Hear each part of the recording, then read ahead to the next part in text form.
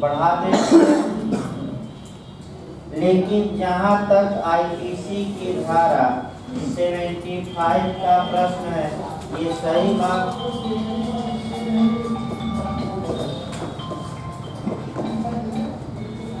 Hello, हाँ बताइए।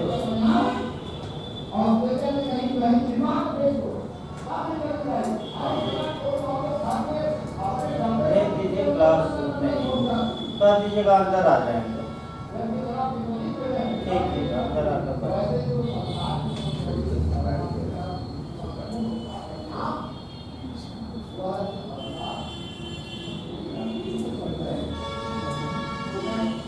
देखिए आपका। लेकिन जहां तक आईपीसी की धारा 75 की बात है, अंदर से तो भले ना पूछा गया हो अब तक, लेकिन आगे बढ़ सकता है।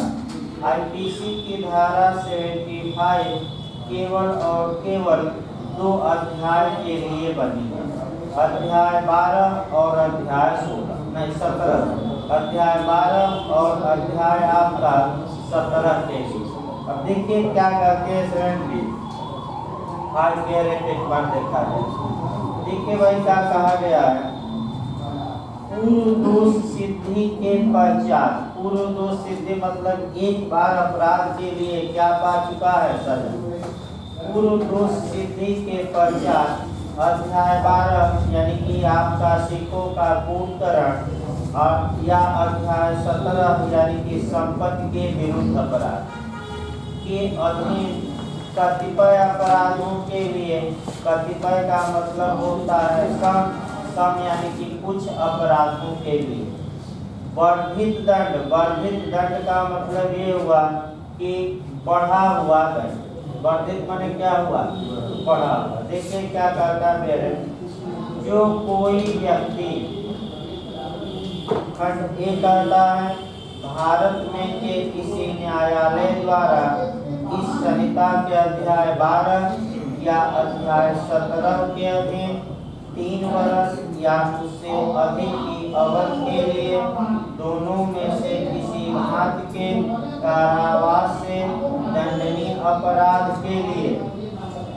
इसका मतलब ये हुआ कि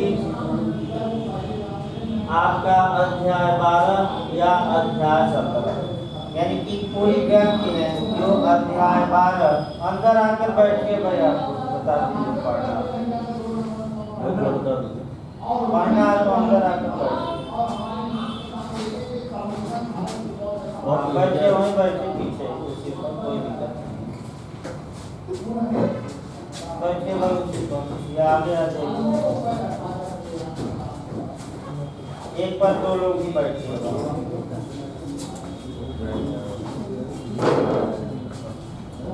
देखिए फिर एक बार मेरे भाई, कोई व्यक्ति, अच्छे समझिए आपका यानी प्री में ये चांस है अंदर से पूछने का। 75 आईपीसी चल रही है भाई।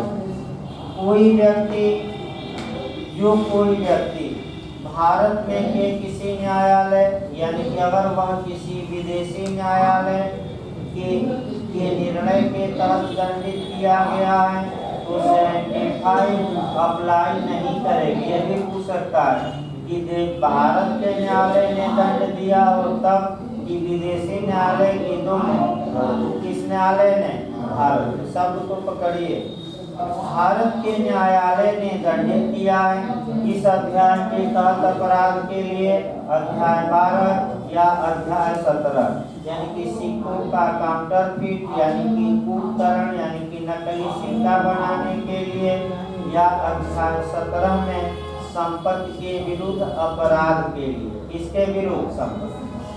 तीसरा जो पॉइंट आपको याद रखना है कि दंड पहली दोष सिद्धि में या पहली बार जब वह सजा पाया तो कितना दंड मिला हो तब धारा 75 लागू होगी, वो भी काफी महत्वपूर्ण है। देखिए सब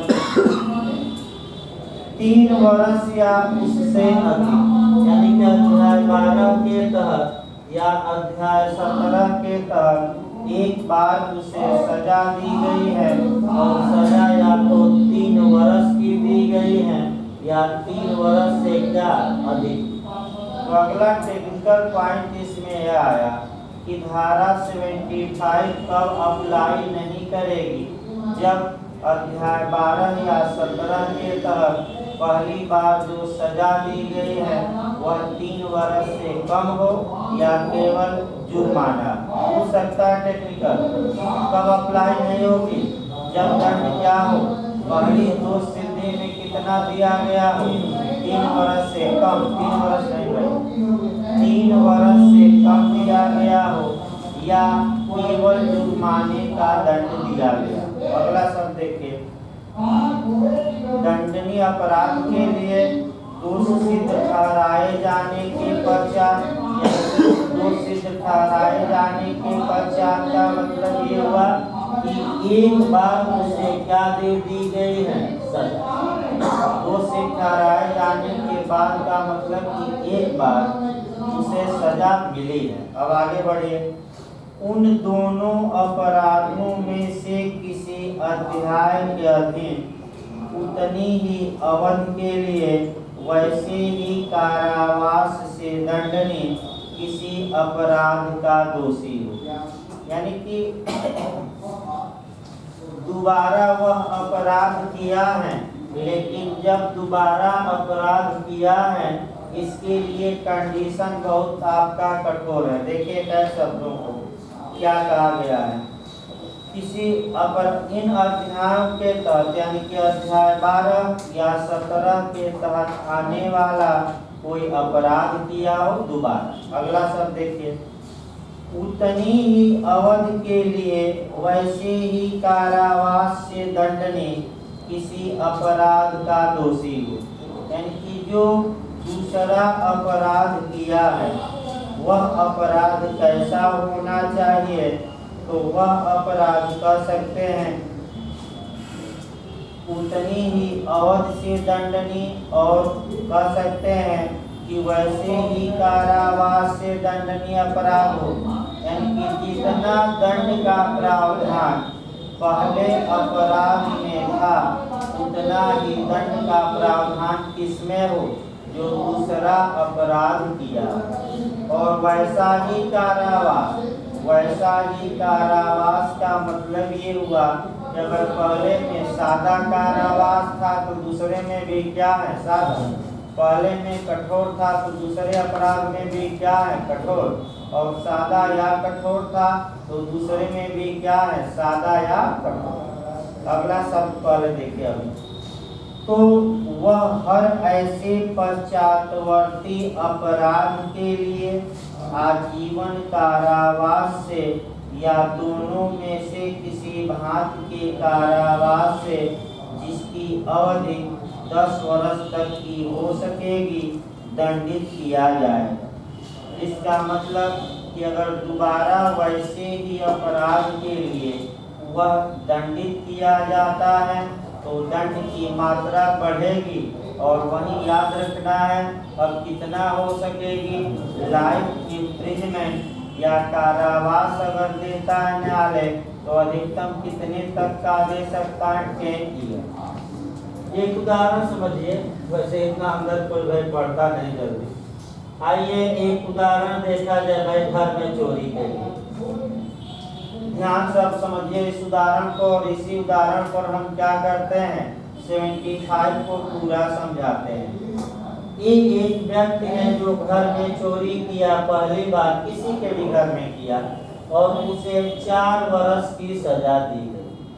अब घर में चोरी के लिए इस पर जो आईपीसी की धारा लगी थी वह 380 थी, और इसमें सजा कितनी हो सकती थी, 7 वर्ष तक का कारावास और जुर्माना।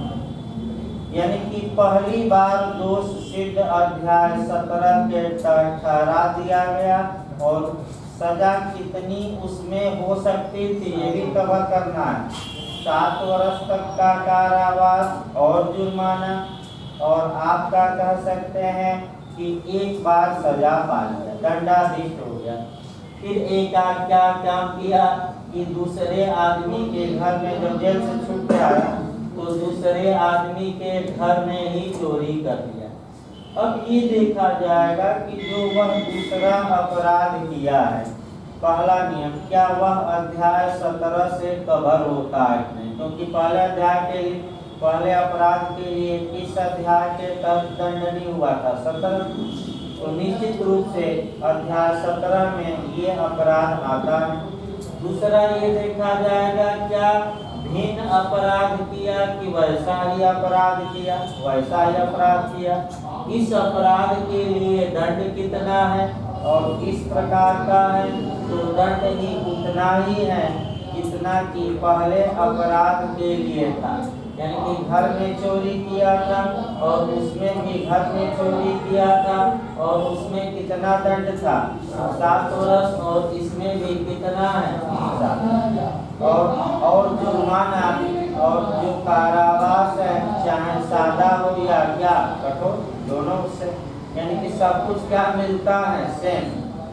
तो जब वह दूसरी बार घर में चोरी के लिए सजा पाएगा, यही आपको कवर करना है और सजा पहले बता दी जाए।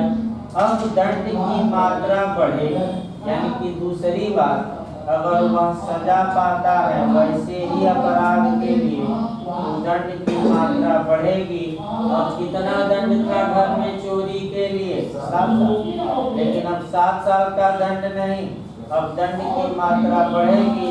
अब कितना दिया जाएगा अधिकतम, आजीवन कारावास, या अगर कारावास का दंड न्यायालय देता है तो 10 वर्ष तक का कारावास। लेकिन बहुत ज्यादा बढ़ रहा है, ये नहीं कि कम, बहुत ज्यादा। हाँ, एक और पॉइंट, पहले अपराध में वो सजा पाया हो और सजा 3 वर्ष या 3 वर्ष से क्या पाया हो, बताइए इसमें कितने वर्ष हमने सजा दिलवाया, 3 वर्ष अधिक था कि उतना बड़े डिटेल में नहीं, आपका भले न पढ़ा जाता हो लेकिन टेक्निकल क्वेश्चन बन सकता है। अब इसी के साथ आपका सीआरपीसी भी पढ़ना पड़ेगा। देखिए आपका सीआरपीसी अच्छे से तैयार किए और यहाँ से आपका क्वेश्चन बनता है। देखिए इसको कोरिलेट कर लीजिए अलग से सीआरपीसी से। सीआरपीसी की धारा 211 का क्लास 7 पढ़ना। सीआरपीसी की धारा 211 का क्लास 7। देखिए, जब आरोप का न्यायालय निर्माण करता है, चार्ज फ्रेम करता है और अगर अभियुक्त पूर्व दोष सिद्धि के कारण, प्रायर कन्विक्शन के कारण वर्धित या बढ़े हुए दंड का भागी है, तो न्यायालय पूर्व दोष सिद्धि का उल्लेख आरोप में कर सकता है। यानी कि आरोप में क्या लिख दिया जाएगा कि यह पहले से क्या पाया है, एक बात सच। अब यह इंटरव्यू का भी क्वेश्चन है, क्या उस आरोप को पढ़कर सुनाया और समझाया जाएगा? नहीं, अभी सुनाया समझाया नहीं जाएगा, याद रखिए। अभी केवल वहाँ क्या कर दिया जा सकता है, लिखा जा सकता है। दूसरा क्वेश्चन भी काफी महत्वपूर्ण है कि अगर ऐसा आरोप छूट गया है तो कब तक इसे जोड़ा जा सकता है आरोप में। यानी कि अगर पूर्व दोष सिद्धि आरोप में नहीं लिखी गई है, ये क्वेश्चन आ सकता है। अच्छा, तो कब तक पूर्व दोष सिद्धि को आरोप में जोड़ा जा सकता है? तो अब यही समस्या आती है और ये गलत ना हो। निर्णय के पूर्व, इसके बाद देगा दंडादेश के पूर्व, दोनों इनमें से कोई नहीं। तो दंडादेश के पूर्व कभी भी अगर पूर्व दोष सिद्धि को आरोप में जोड़ा जा सकता है। फिर याद रखिए कब तक, निर्णय न मार दीजिएगा, निर्णय के बाद जब क्या दे रहा हूँ न्यायालय, दंडादेश, यानी कि जब पनिशमेंट देना हो, जजमेंट आ गया कि आप दोषी हैं, अब सजा देनी है, तो इसी बीच में जोड़ा जाता है। इसका काम भी बता दिया जाए। देखिए, अब जब निर्णय आ गया दूसरे अपराध में, कि अभियुक्त दोषी हैं दूसरे अपराध के लिए। यहाँ पूर्व दोष सिद्धि अगर आरोप में छूट भी गए हैं तो ऐड की जाती है, और अब पूर्व दोष सिद्धि का जो आरोप है न्यायालय द्वारा पढ़कर अभियुक्त को सुनाया जाएगा, समझाया जाएगा, लेकिन कब? दोष सिद्धि के बाद। और अब पूछा जाएगा कि क्या वह पहले से एक बार दोषी हो चुका है? अब यहाँ काम करेगी। अगर पूर्व दोष सिद्धि साबित हो गई तो जब दंड की मात्रा होगी वह अचानक क्या होगी? बढ़ेगी। अब ऐसी दशा में उसके लिए तमाम उपाय हैं। अगर मजिस्ट्रेट देने में सक्षम है तो ठीक है, और देने में सक्षम नहीं है तो आगे क्या करे? भेजे मामला। ऐसे ये हम तमाम उपाय हैं। तो आपका CRPC में 322 है, 323 है, 324 है, 325 है। जहाँ की आपको पावर नहीं है तो आगे क्या करिए? सजा के लिए। और शुद्ध रूप से कौन सी धारा इसमें काम करेगी? जो मैं नियम बताया 325। यानी कि कुल मिलाकर पूर्व दोष सिद्धि का काम ही है कि वह दंड की मात्रा को क्या करेगी? बढ़ा देगी। और बहुत ज्यादा दंड बढ़ रहा है, कम नहीं।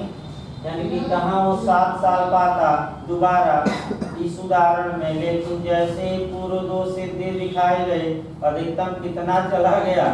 जीवन भर का कारावास।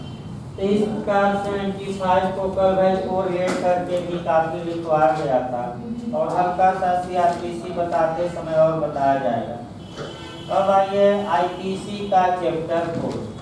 अब यहाँ से आपका जो क्वेश्चन बनना शुरू होगा वह आपका तमाम क्वेश्चन बनेंगे। मेंस में भी लगातार ज़्यादा बनता है, प्री में भी, इंटरव्यू में।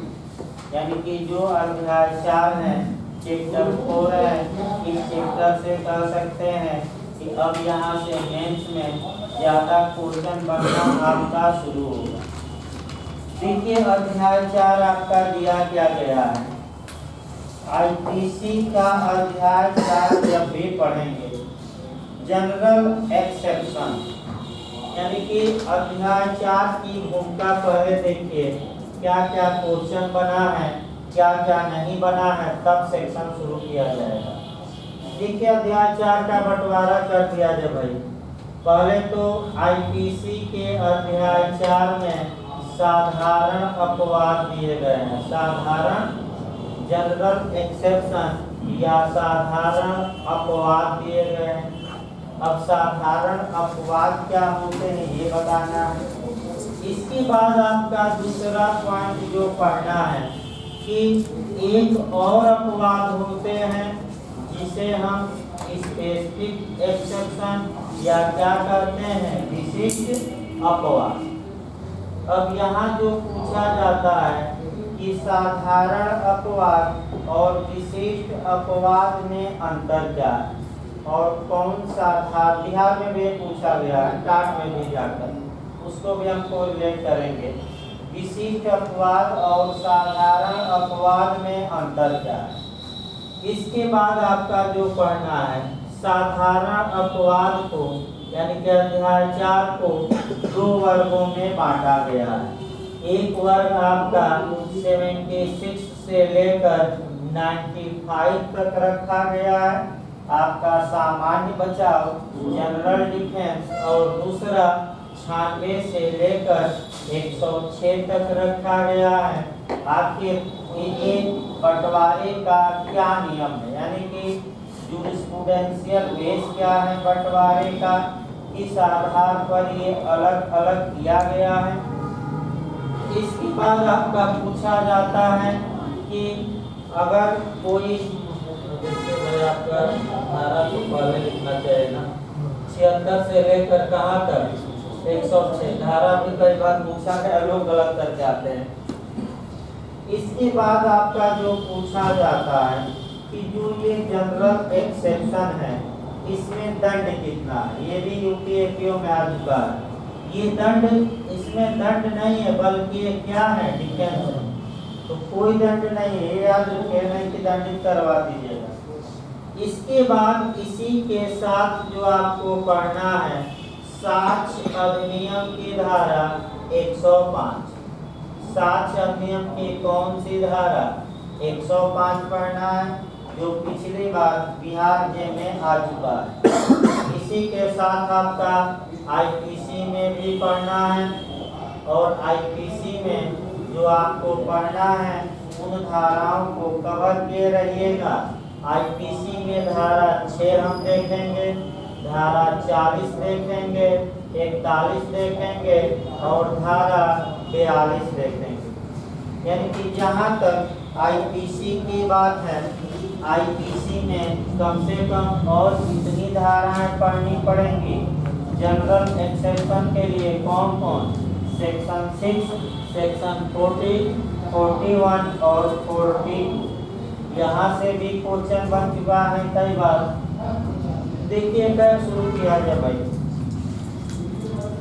जनरल एक्सेप्शन पहला क्वेश्चन आईपीसी के चैप्टर 4 में दिया गया, सेक्शन 76 से लेकर 106 तक, यानी कि 106।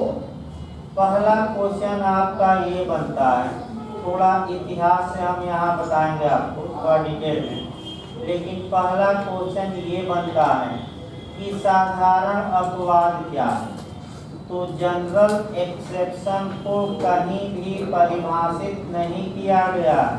देखिए ऐसा क्वेश्चन इंटरव्यू में भी बन रहा है और आपका प्री में भी इस बार आ ही गया था। अब किस शब्द को परिभाषित किया गया है और किस शब्द को नहीं, वर्तमान में जो आयोगों का मॉडल है इस मॉडल पर भी आयोग क्वेश्चन बना रहे हैं। जैसे कि यूपीएपीओ में पूछा गया इस बार, 3-4 हम बताएंगे आपका, 4-5 अलग से लिखना चाहे तो लिख सकते हैं भाई, इनकी परिभाषा भी ये नहीं गई है। इधर आकर बैठिए, उधर आ जाओ आराम से, उधर बैठिए, हाथ बैठिए पीछे बैठ जाए, बना के बैठे। अभी खतरा टला नहीं है, इसलिए भाई मैंने आपका सोशल इसीलिए बुलाया नहीं जा रहा मेरे लोगों को, ज़्यादा लोग उतावले हैं, कहाँ बैठा जाएगा। कभी बिहार हो जाए तब भाई और लोगों को अलाउ किया जाएगा, क्योंकि भाई अभी भी आपका खतरा मौजूद है। ये नहीं कि खतरा पूरी तरह टल गया और सावधानी हटी तो क्या घट जाएगी, फिर कोचिंग 10 दिन 15 दिन बंद करनी पड़ेगी और कोई उपाय नहीं है उसका। तो भाई इसी तरह चलाया जा रहा है ताकि भाई आर्थिक माने व्यवस्था भी चलती रहे और जो लोग उतावले हैं पढ़ने के लिए अपना थोड़ा बहुत ज्ञान भी लेते रहे। फिर एक बार इसको अच्छे से समझिए। देखिए क्वेश्चन कितना यहाँ से निकाला जा रहा है, कम से कम 8-10 क्वेश्चन आपको यहाँ से मिलेगा भूमिका से केवल, और कोरिलेशन से भी 5-6 क्वेश्चन निश्चित तैयार कर लेना, इसको अलग से लिख लीजिए। अब सीआरपीसी में क्या क्या परिभाषित नहीं है उसको हम बताते हैं। जो एपीओ में आया था कॉग्निजेंस यानी कि संज्ञान, अपराध यानी कि संज्ञान या कॉग्निजेंस क्या सीआरपीसी में परिभाषित है कि नहीं, और परिभाषित है तो किस धारा में, तो जो ज़्यादा दिमाग लगा है वो का संज्ञान को संदेह समझ लीजिए, यानी कि लिखा गया है संज्ञान और दिमाग कहाँ ला दिए संज्ञा में 2C, और 2C दिया भी मार दिए 2C, यानी भाई संज्ञान कहीं परिभाषित नहीं है। इसके बाद आपका क्वेश्चन नया बन सकता है ट्रायल, यानी कि विचारण सीआरपीसी में कहाँ परिभाषित है, तो विचारण भी परिभाषित नहीं। इसके बाद पूछ लेगा समन, समन परिभाषित है कि नहीं, वो भी परिभाषित नहीं है, लिखते रहिए उसको समन।